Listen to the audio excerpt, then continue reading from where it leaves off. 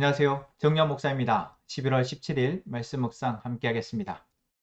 욥기 13장 1절에서 19절의 말씀입니다. 내가 이 모든 것을 내 눈으로 똑똑히 보고 내 귀로 다 들어서 안다. 너희가 아는 것만큼은 나도 알고 있으니 내가 너희보다 못할 것이 없다. 그러나 나는 전능하신 분께 말씀드리고 싶고 하나님께 내 마음을 다 털어놓고 싶다.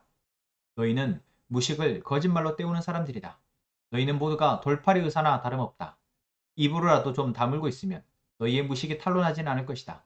너희는 내 항변도 좀 들어보아라. 내가 내 사정을 호소하는 동안 귀를 좀 기울여 보아라.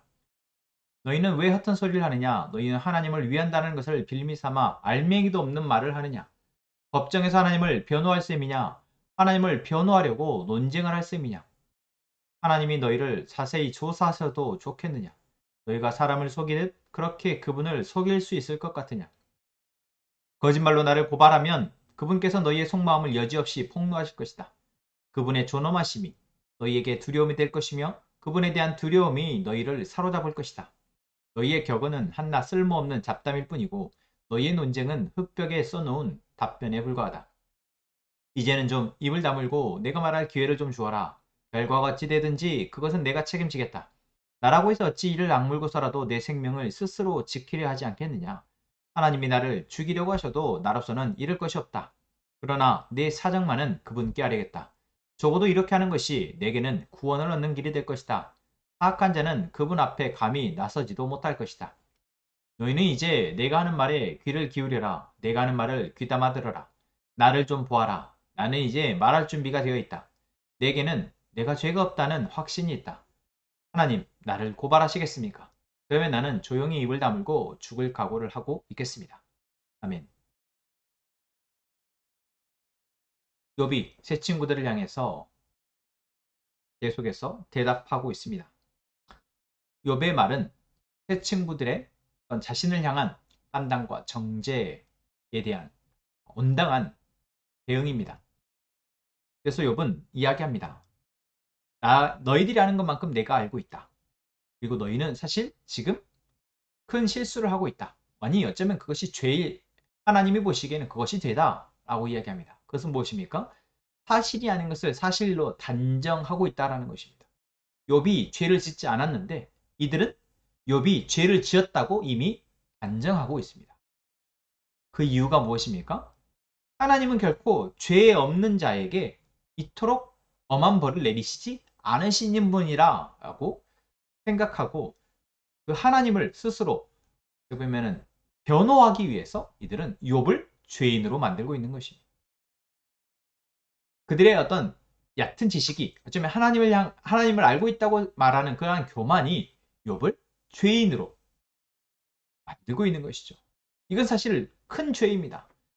죄 없는 사람을 죄인으로 단정하는 것, 모함이며 그것은 중죄이죠. 욥은 바로 그러한 사실을 친구들에게 이야기하면서 너희들은 다 거짓말쟁이다 라고 말하고 있습니다. 그러면 나는 스스로 하나님께 대해서 이제 나의 죄 문제에 대해서 하나님께 따지겠다. 나는 하나님과 직접 이 문제를 논하겠다라고 말합니다. 오늘 말씀에서 여러분 욥의 이러한 태도가 어떻게 보여지십니까? 너무 교만하다 생각 들어지십니까? 네, 그렇게 보여질 수 있습니다. 그러나 우리에게 하나님을 향한 어떤 신앙의 자세 가운데 이러한 치열함이 필요합니다.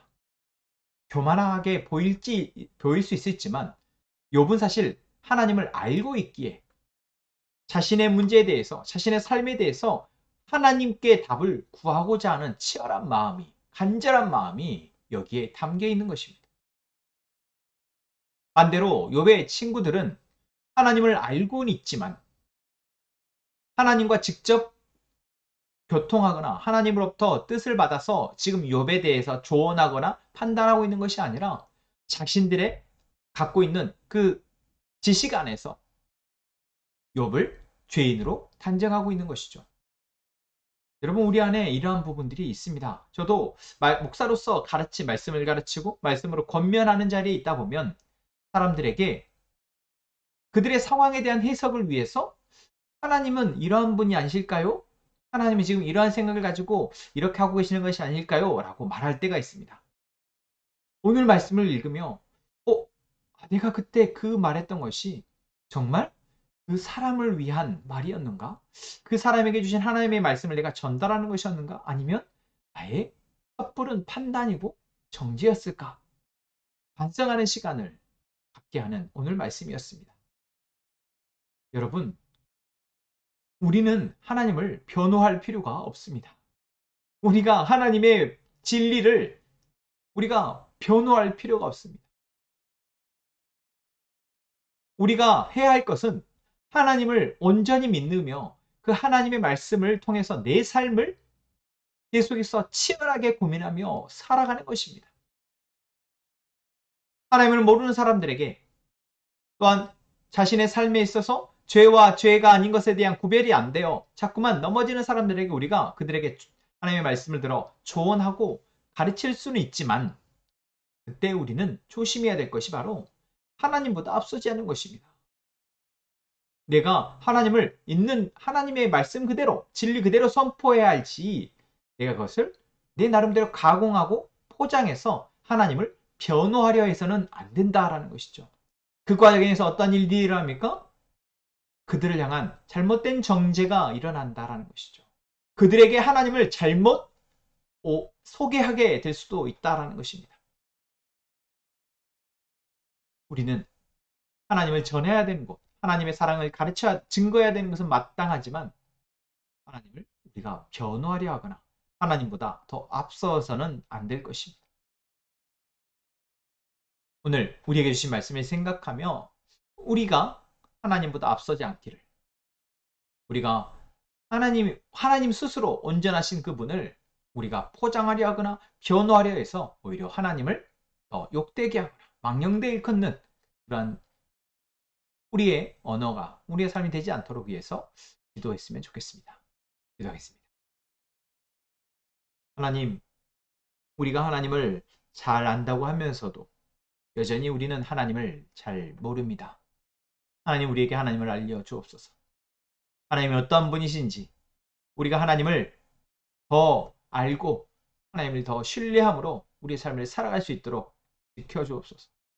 또한 우리가 아는 하나님이 우리 옆에 있는 우리의 이웃과 우리의 형제들에게 전달될 수 있도록 하나님 우리를 사용하여 주옵소서.